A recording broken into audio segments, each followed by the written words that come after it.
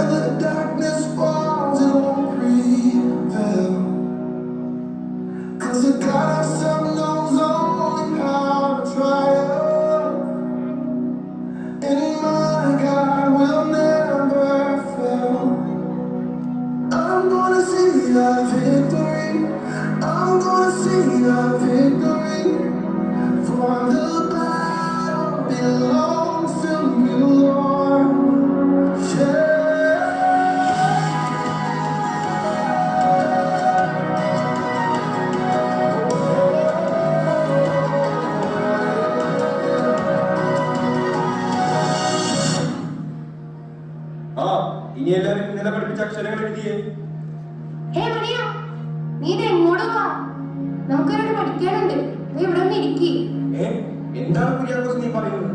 താഴ്ന്ന ജാതിക്കാരെ ഇവിടെ പഠിപ്പിക്കില്ലെന്നറിയില്ലേ? ഇവിടെ പഠനം മേൽജാതിക്കാർക്ക് മാത്രമുള്ളതാണ്. ആശാനെ, മണിയനും ദൈവത്തിന്റെ മകനാണ്. തമ്പുരാന്റെ മുന്നിൽ എല്ലാ കുട്ടികളും ഒരുപോലെയാണ്. ഇല്ല കുര്യാക്കോസ്, നിന്റെ മതം അത് തന്നെയാണ് പഠിപ്പിക്കുന്നത്. പക്ഷേ നമ്മുടെ സമൂഹം അതിൽ അനുവദിക്കുന്നില്ല. ഇത് ശരിയല്ല ആശാനെ. താഴ്ന്ന ജാതിയിലുള്ള കുട്ടികൾക്കും പഠിക്കാനുള്ള അവസരം കിട്ടണം.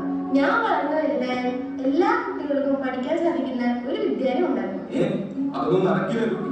ഇത്ര വിപ്ലവകരമായ ഒരു മാറ്റം കേരളത്തിലെ ജനങ്ങൾ ഒരിക്കലും അനുവദിക്കില്ല. അന്ന് മണിയൻ അനുഭവപ്പെട്ട അവഗണന കുഞ്ഞു കുര്യാക്കോസിന്റെ മനസ്സിനെ വേദനിപ്പിച്ചു. അങ്ങനെ വർഷങ്ങൾക്കപ്പുറം ഇതേ ആശയം മുൻനിർത്തി ഒരുപാട് പ്രതീക്ഷകളോടെ 13-ാം വയസ്സിൽ കുര്യാക്കോസ് സെമിനാരിയിൽ ചേർന്നു.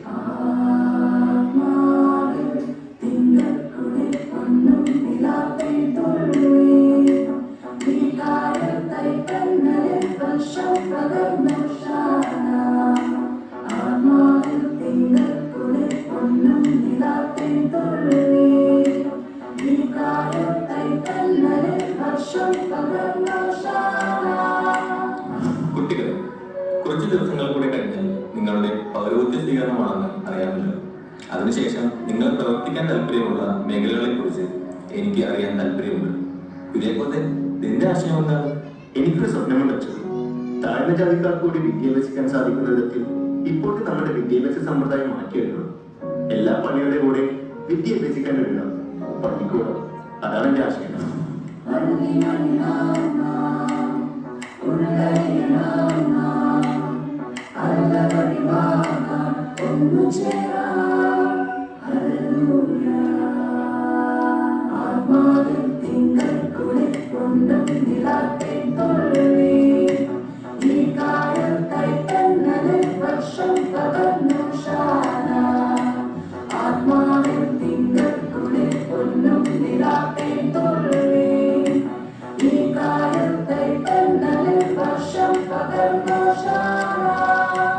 ജാതിവർണ്ണ വിവേചനമില്ലാതെ എല്ലാവർക്കും ഒരേപോലെ വിദ്യ അഭ്യസിക്കേണ്ടതിന്റെ ആവശ്യകതയെക്കുറിച്ച് അച്ഛൻ ഗ്രാമം മുഴുവൻ സഞ്ചരിച്ച് പ്രസംഗിച്ചു.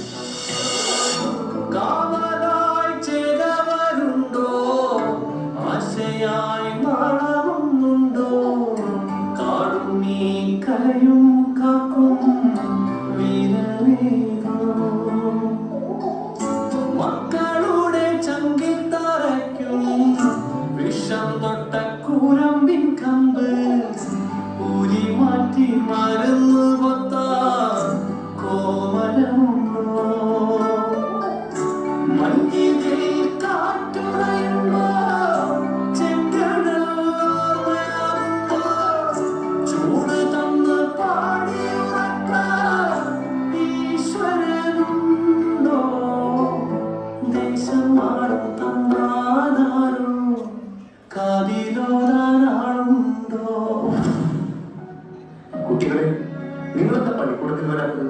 നിങ്ങൾക്ക് പഠിക്കാനുള്ള പ്രായമായല്ലോ. അച്ഛോ, എന്നെ മനസ്സിലായോ? ഞാനാണ് മണിയൻ. ആ മണിയാ, എനിക്ക് നിന്നെ ഒരിക്കലും മറക്കാൻ പറ്റില്ല. അന്ന് കടലിൽ കയറിക്കൊണ്ടുപോയ അനുഭവം നിന്റെ മക്കൾക്ക് വന്നുകൂടാ. വരാൻ ഞാൻ അനുവദിക്കുകയുമില്ല. പക്ഷേ നമ്മുടെ സമൂഹം ദൈവം എല്ലാവരും ഒരുപോലെയാണ് സൃഷ്ടിച്ചത്. പക്ഷെ മനുഷ്യൻ അതിനെ ജാതിയുടെയും മതത്തിന്റെയും പേരിൽ വേർതിരിച്ചു. ദൈവത്തിന്റെ മുന്നിൽ എല്ലാവരും ഒരുപോലെ തുല്യ അവകാശങ്ങളുണ്ട്. എല്ലാവർക്കും പഠിക്കാനുള്ള അവകാശമുണ്ട്. നന്ദി അച്ഛോ. അപ്പൊ എന്റെ കുട്ടികൾക്കും പഠിക്കാനുള്ള ഭാഗ്യം ഉണ്ടായിരിക്കുമല്ലേ? കാതിലോതാനാളുണ്ടോ, നിലമുണ്ടോ, നെഞ്ചുണ്ടോ, കഥകുണ്ടോ, തീയുണ്ടോ, ഒരു ദേശമാകെ ഒന്നാകണം. പഞ്ചാതെ പിഞ്ചാതെ പലനായി പിളരാതെ ഒരുവായും കീഴേ ഒന്നാകണം. നിലമുണ്ടോ, നെഞ്ചുണ്ടോ, കഥകുണ്ടോ, തീയുണ്ടോ, ഒരു ദേശമാകെ ഒന്നാകണം. പഞ്ചാതെ പിഞ്ചാതെ പലനായി പിളരാതെ ഒരുവായും കീഴേ ഒന്നാകണം. അക്ഷരക്കുരുടത്വം അവസാനിപ്പിച്ചയാൾ, സ്ത്രീ ശാക്തീകരണം, നല്ല ഇടയൻ, ശീഷ്മകൾ ഇല്ലാതാക്കിയാൽ, സാമൂഹ്യ പരിഷ്കർത്താവ്, കേരളത്തിലെ ആദ്യത്തെ സന്യാസ സഭാ സ്ഥാപകൻ, കുടുംബങ്ങളെ തിരുക്കുടുംബങ്ങളാക്കിയ വിശുദ്ധൻ, നവോത്ഥാന നായകൻ, കേരള ജനതയുടെ ആത്മീയ കുരുടത്വം മാറ്റി പ്രകാശത്തിന്റെ കിടാവിളക്ക് തെളിയിച്ച വിശുദ്ധൻ, വിശുദ്ധ ചാവറ കൂടിയ